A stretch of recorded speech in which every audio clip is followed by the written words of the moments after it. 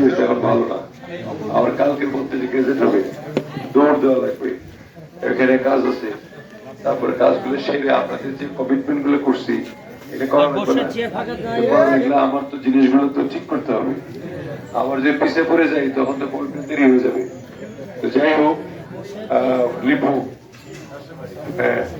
লিপুর অনেক চেষ্টা করে যে আমাকে ওইখানে মিটিংটা করেছিল, ওখানে ভোটও চেষ্টা করে, তাও মানে পরবর্তীতে আমাদের এমন অবস্থা, ষড়যন্ত্র এমন ছিল যে 2টার পরে কোনো ভোটিং নিতে দেয়নি কাউকে, ভয়ে। এই আর্মি যেতেছে, এই কমপ্লেন করতেছে। জামাত যে তো খারাপ এটা ওর জানা ছিল না। এই জামাত এত 100টা মিথ্যা কমপ্লেন করছে যে অমুকখানে বলে মারতেছে, অমুকখানে এ করতেছে, আর্মিতে কমপ্লেন, অমুকখানে কমপ্লেন, আর দৌড়দের করে ভোট বন্ধ হয়েছে। ওইদিকে সবই তো আপনার উত্তরাঞ্চলে ভোটগুলো বন্ধ ছিল, মানে 2টার পর থেকে কেউ ভোট দিতে পারেনি। নাহলে আমরা 1.5 লক্ষ 2 লক্ষ ভোটে জিততাম ডিফারেন্সে।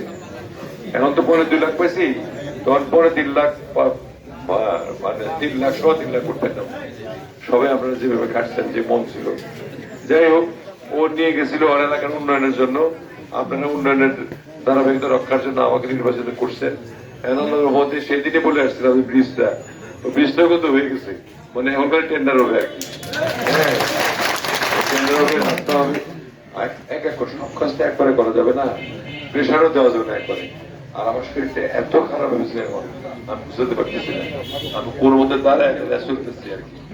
একটা লোক কতদিন ঘুম না করে চলতে পারে বলেন? মানে যাই হোক, তবু চেষ্টা করে আমরা এই বিজয় আমাদের সকলের, আমরা মানে একটু শৃঙ্খলাবদ্ধ। আমি এই জিনিসটা খালি বারে বারে বলি, আমাদের দেওয়ানগঞ্জে শৃঙ্খলা ফিরে আনতে হবে।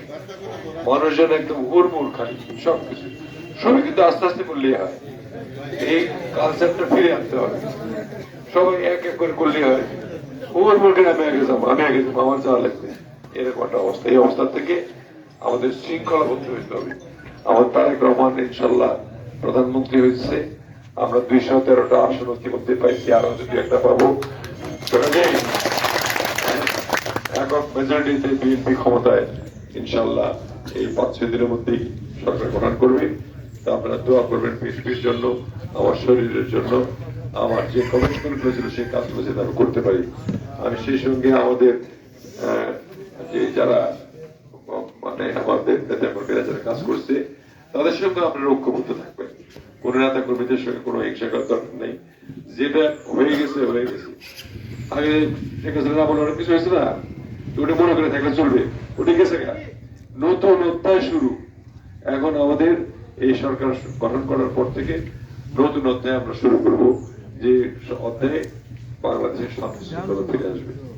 আপনাদের অনেক ধন্যবাদ। আমি আর বেশি